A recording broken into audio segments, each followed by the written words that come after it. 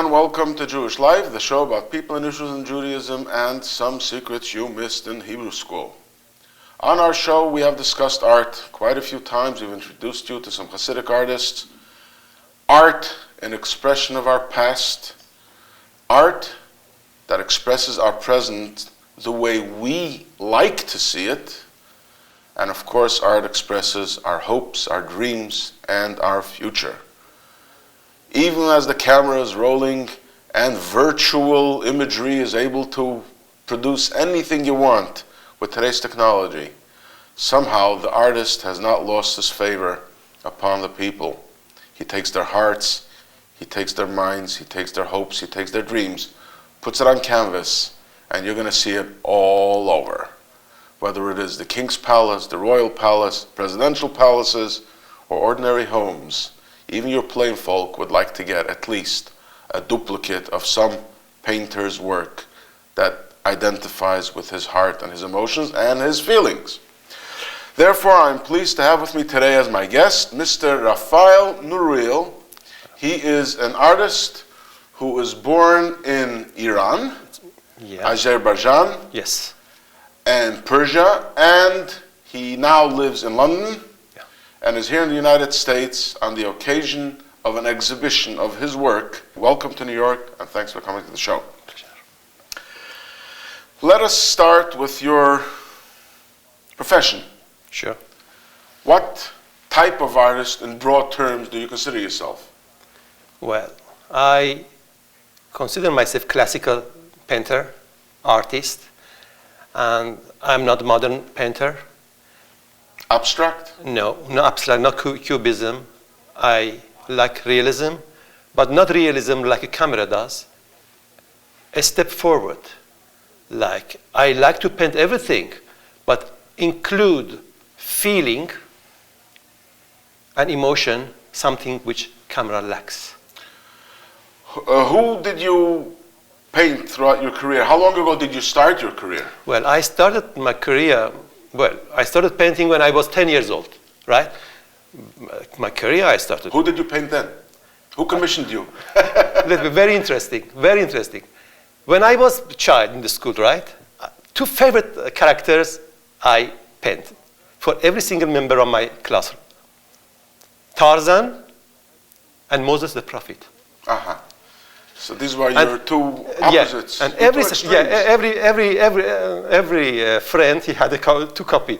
Tarzan, Moses. Tarzan, Moses. That's where you started. And then? Then at the age of 13 and a half, I went to a private art academy of Mr. Reza Samimi. He was an eminent portrait painter of King of Iran. I studied there for 4 years. Then when he left to France, I continued to paint in Iran until age of 26. Then I went to France, to École des Beaux-Arts, the renowned art school there. Then from Paris, I went to Israel. Then I married. I came back to Iran I lived 3.5 years. And when I was in Iran, I had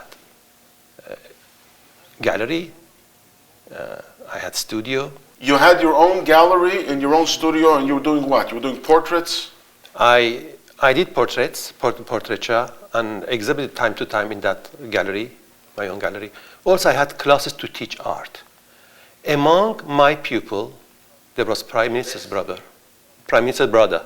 The Prime Minister of Iran? Ex-Prime Minister's brother of Iran was my pupil. Mm-hmm. One day in secret.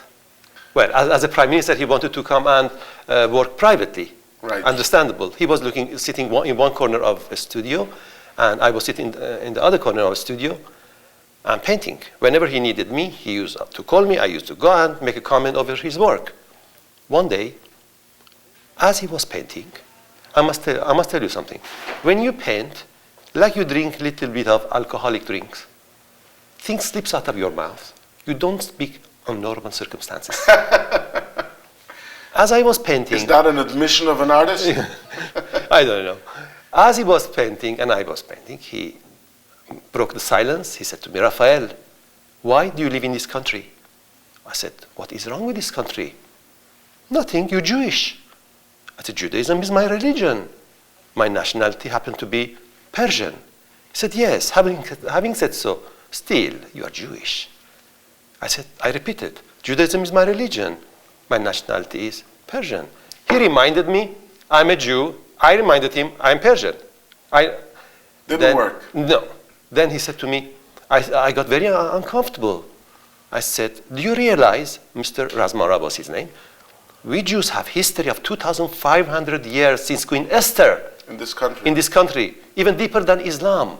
After so many years, you are telling me I'm not belong to this land? He said, I'm sorry, I didn't want to hurt you. I want to help you. Sooner or later will be a revolution. Then you minority, especially Jewish people, will be in trouble. Get out of here. Just like that? Just like that. I was frightened. I thought maybe it's a secret police or Savak or something. He was trying to catch me. I tried to be a bit smart. I said, no, there is nothing better than this country. I had to say that. Then he said, don't be smart. I'm not Savak. I just like you. You're a good artist. Get out of here. Wow. I always wanted to go so as an artist. So you saved your life practically this way. No, I always wanted to go and live in Europe. For art is a wider place. In London, Paris. But what he said, it was push. When I came home and I said that to my wife, Mr. Razmara said that, she said, we are going. That's it. Okay, in a matter of 2 weeks, I was in London. Mm-hmm. What did you do as an artist? You had some major, you had the nephew of the prime minister with you. Yeah. I'm sure you had some connections in high circles. Sure. I painted the portrait of King of Iran. Of the Shah of Iran. The Shah, right? Yes. And I also painted a portrait of Prince Reza, his son, when he was child, for Queen Mother of Iran. I painted him. So you were well connected on that level. Yeah. And that in a way saved your life. I hope so. Well, okay, so we have this part that your past history of which you ran away, and you had to cut your 2,500 years heritage in that country. Now that you moved to London, who did you go to? Who did you paint since then? I had numbers of exhibitions in galleries and different constitutions in London. In London, I have painted Dr. Henry Kissinger. I painted the actress Joan Collins from life sitting in her apartment. I acted from London. Your art was exhibited? My art was exhibited in a number of galleries. House of Commons? Yes, House of Commons. I had an exhibition of about 1 week exhibition I had in the House of Commons. Mrs. Lady Boothroyd, Speaker of the House of Commons, was the guest of honor, together with Mr. Peter Brook, the National Heritage for the Secretary of National Heritage. Now we should introduce to our audience that up till now your story is that you're a Jew, but still not a very active or practicing Jew. No. Now we're going to be talking about a turn that took in your life, but we'll do that after these messages.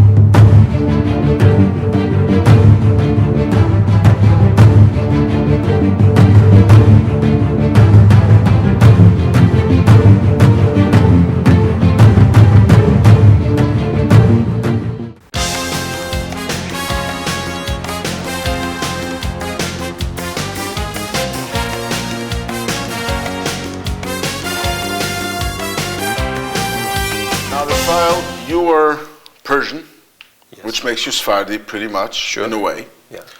I am American and Ashkenazi. I'm sorry, I want to interrupt you. Sure. I'm not only Persian. I am from Azerbaijan, Persia, and my national language is Aramaic. So you're really original.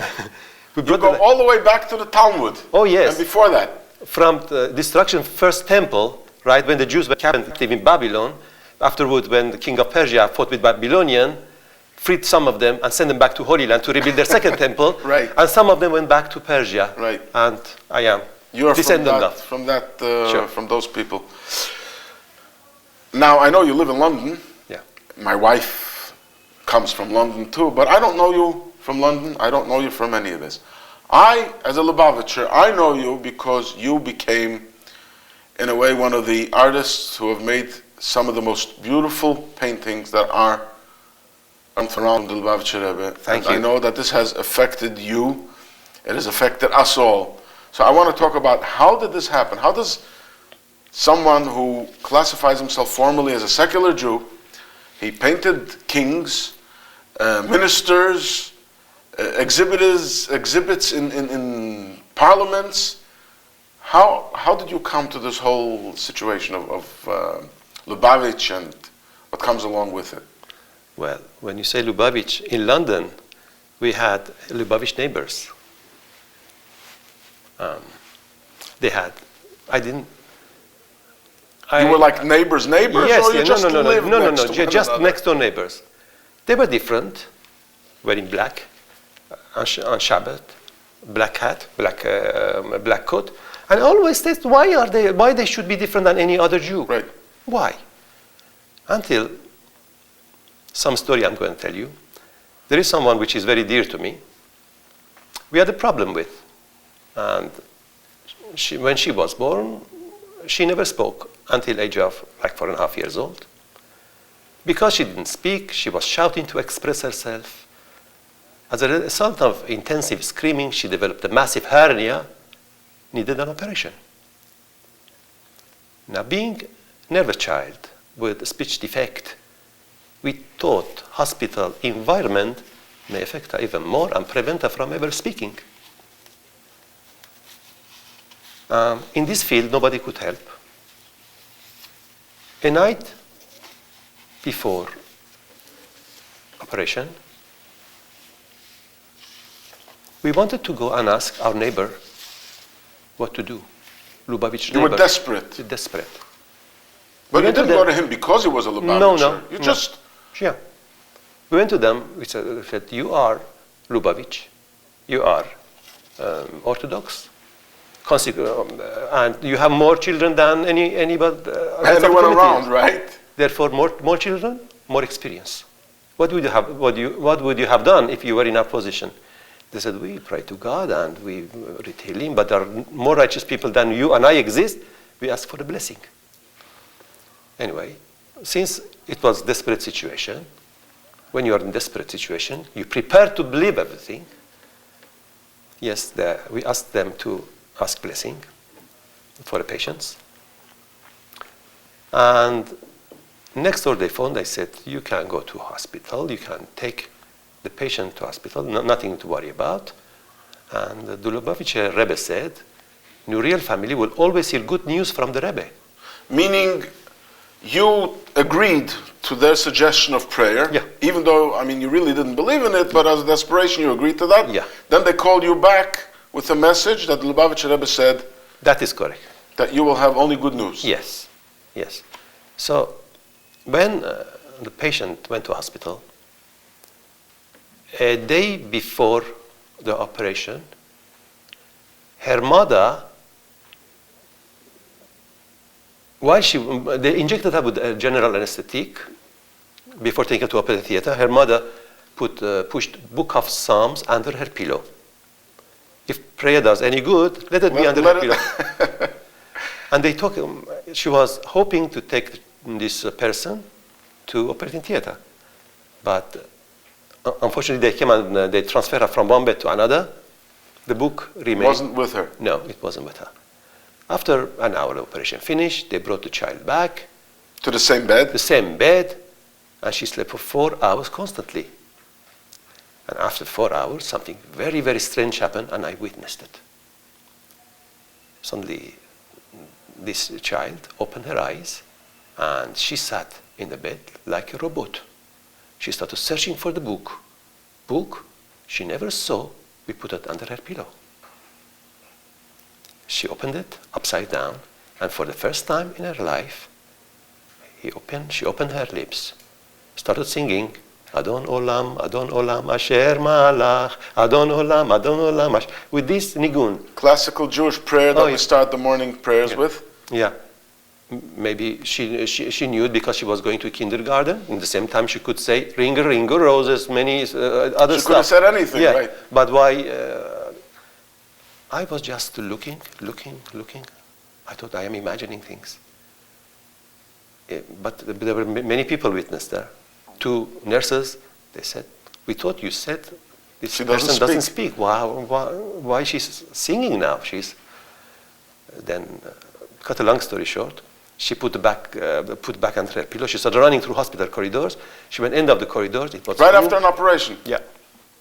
She found a room full of toys. From all the toys, she chose a very, very huge bicycle. Started biking after hernia operation with the fresh stitches along the corridors of the hospital, backwards and forwards. Doctor said, look, she will open her stitches. Please control her. But there was like a force in her. I can do whatever I want. Nothing will happen to me. They said if this is the case, she should go home. They take no responsibility. No, she should go home. Okay. Her mother took her home.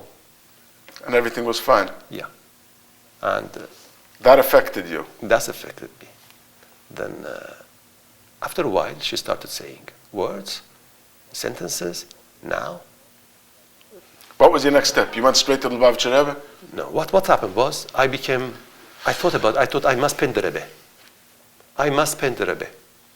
Because I knew it was a divine power. I knew it was a divine power. I asked the doctors, how does something like this can be explained? They said there are things in medicine you cannot explain. I knew it was a divine power for sure. I looked at lots of pictures of the Rebbe, looked at lots of videos of the Rebbe, decided to paint the Rebbe. But to paint the Rebbe, do you think it was something easy? No. To paint anybody, for me, no. I am an artist. I want to hear more stories, so let's try to compact as much as we can. Okay. I painted monarchy, I painted celebrities and so on, but I never painted a spiritual person. To paint a spiritual person, it was very difficult for me. Why? Because I must understand him in order to paint his character on the canvas. I don't paint just a resemblance of a person. To do so much so I wanted to paint the Rebbe, I turned my life toward orthodoxy. I started laying tefillin. Because you wanted to paint him? Yes, keeping Shabbat and everything. Then I painted the Rebbe. One morning I came down, I cut a big piece of canvas. My wife said to me, are you tuned to paint the Rebbe? I said, yes, this morning I am tuned to paint the Rebbe. Of course, I started from lots of photographs, preliminary sketch, because Rebbe was in New York, I was in London, right? When I drew something, many times your hand doesn't go smoothly, okay? You erase it with the eraser, you do it again. You wipe it, you do it again. But in this particular instant, there was like a power conducting my hand to the destination of every single line. In no time, I saw the outline of the Rebbe there. So you made your first portrait outline? Yes. A few weeks later, I painted his eyes. Rabbi Sudak of England. He's the head emissary of Lubavitch, yes, right? He heard I am painting the Rebbe. He came and knocked on the door with our neighbor, of course. He said, I have heard that you are painting our Rebbe. Where is it? I said, Rabbi Sudak is not finished. No, I must see it, he says. It's not finished. He was very persistent. He came in. He saw painting of the Rebbe and finished, standing on the easel. He looked on his eyes. He said, wow, lots of artists painted the Rebbe, but this is the Rebbe. He must see it. He will get lots of nachat from this painting. I said, Rabbi Sudak, believe it or not, I must take it to New York.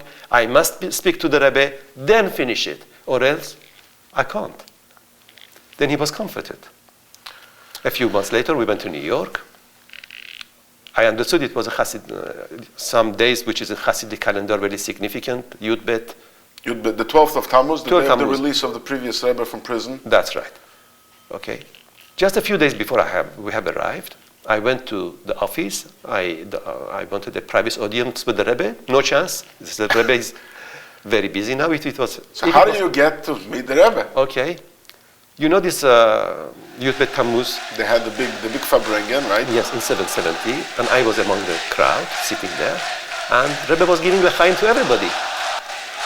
Suddenly I woke up. I said to myself, Raphael, wake up. Just wake up. You see all these Hasidim here? They all are drunk. Yeah, they all are drunk. Nobody will wake up on time tomorrow morning. But Rebbe, I'm sure, will wake up on time and go to his office at 10 o'clock, I think. So tomorrow morning is the best time to approach the Rebbe. Take advantage. Yes, took him by surprise. Right. So tomorrow morning, the next morning, I took the painting, me and my wife and our next door neighbor, which was with us. We covered it. I stood at the 770 Eastern Parkway, Lubavitch headquarters. I waited for the Rebbe to come to his office. As I saw his Rabbi Klein, his secretary, he went up. People said, if he went out, he means he went to bring the Rebbe. When his car approached, Rebbe's car approached, Rabbi Klein went and he opened the door for the Rebbe. As the Rebbe was coming out, I left the painting, I uncovered the painting, I went towards the Rebbe. I was going to say to the Rebbe, I am Raphael Nuril, I am an artist, I live in London, I painted your portrait, please give me your comments over my painting. So did the Rebbe look at the painting? There was no need to say so. In a split second he stood in front of the painting and he made his first comment about his painting, about his hands, the way they are situated in the painting. He commented on that. Yes. I'll tell you exactly. We're running out of time, so we can't get into too much details. Yeah. So you adjusted the painting according... Yes. The Rebbe said to me, hands like this are prohibited. Hands should be in such a manner like that. I said, do you want me to change your hands, the Rebbe? Yes, change my hands like that. So there is direct involvement of the Rebbe. Then I said, Rebbe, what about the face? You always spoke about hands. He said, very good. It's better than the original. I didn't know from excitement. Okay, I started patting on Rebbe's shoulder, saying to Rebbe, Rebbe, thank you, Rebbe, thank you. So suddenly I realized nobody pats on a leader's shoulder from excitement I did so, not because I'm a rude person. The Rebbe understood I didn't feel comfortable, and he grabbed my hand and shook it warmly, and he wished me Surot Tovot and good news. Well, this is definitely an incredible introduction into your world with the Rebbe, and Raphael Nuril is going to be exhibiting his works, many of his works. One of the famous ones is the one called Exodus.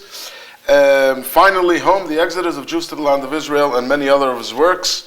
And all are welcome to participate and see this exhibition.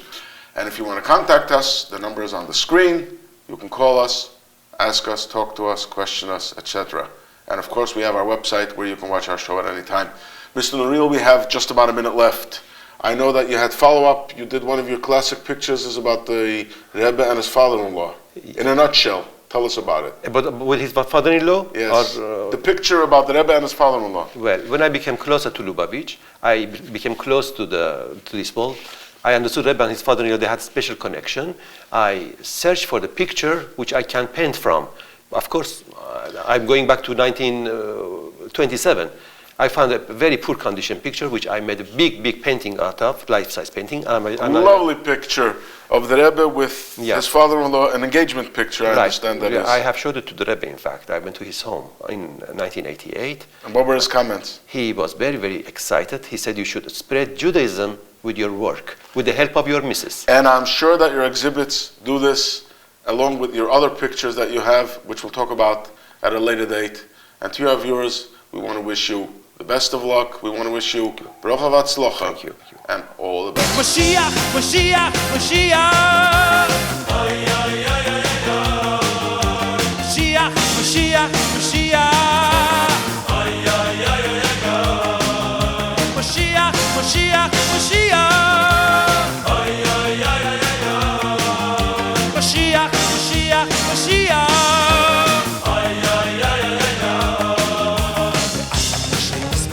עם כל זה החכה לו בכל יום שיבוא ואף על פי מאה עם כל זה יחכה לו בכל יום שיבואי שיבואי שיבואי שיבואי שיבואי יבואי אני מאמין